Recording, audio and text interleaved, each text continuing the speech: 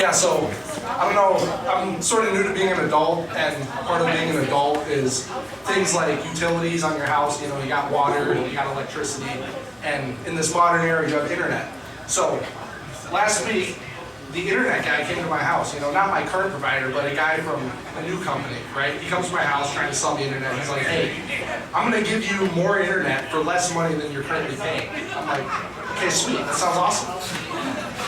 You know, we go through the deal, and he gives me his card, and he texts me. He's like, hey, this is Enrique from the internet people, and here's just everything we've talked about, and if you ever need anything, just let me know. I'm here for you.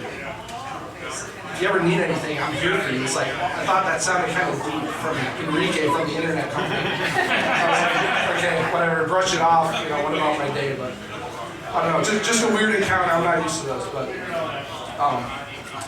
another thing that happened to me is I was thinking about all the drugs that, you know, you can just buy these days, and they're just prescribing to people just for no reason. You know, you go to the doctor, you tell them you feel a little anxious, they give you a drug. You tell them you feel a little depressed, they give you a drug.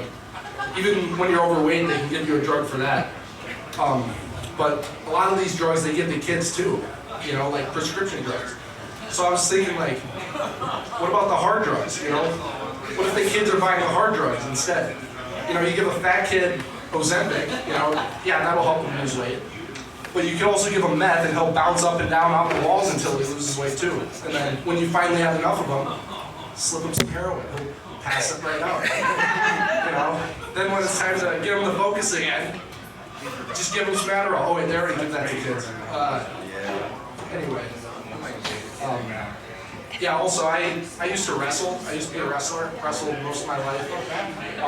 And I don't know what you guys know about wrestling, but part of wrestling is it involves a lot of touching of dudes, you know, other men, other in-shape, muscular, sweaty men. You know, you're kind of greased up yourself.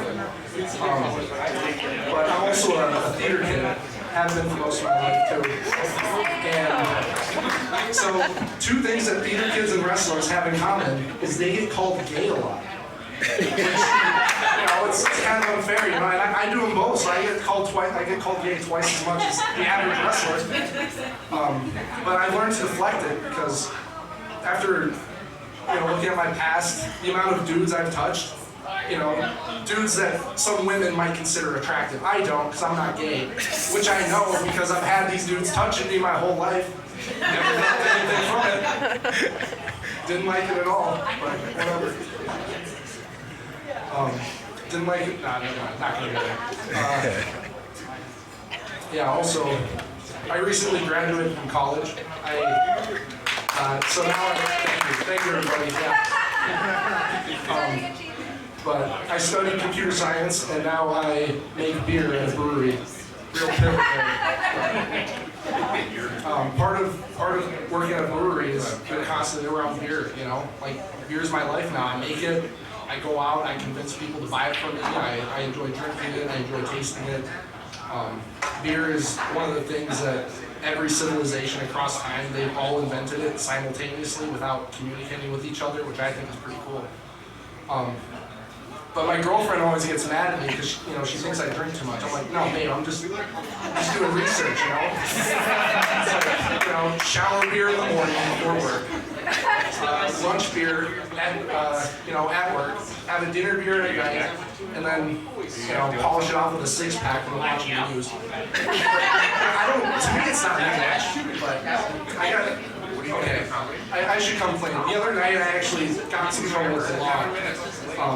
I guess I had a bit too much at work, and I was driving home just a little, you know, couldn't keep it between the lines. I was like, listen, officer, I'm sorry. I work at a brewery. I know I had too much. Please just let me get off of this. He was like, no, I'm sorry, I have to arrest you. You were drinking and driving. I have to arrest you. I was like, okay, totally understand. Of course, I was unintelligible, but anyway. So I'm in the drunk tank, you know, I'm handcuffed up. And they're like, hey, listen, you're in jail. I get a phone call. So call Enrique from the internet company. I'm like, hey man, I really need you right now. All right, thank you. I'm Edward. Thank you. I thought, wait, he should have capitalized on the Eureka a little more. He did. He said the word for it.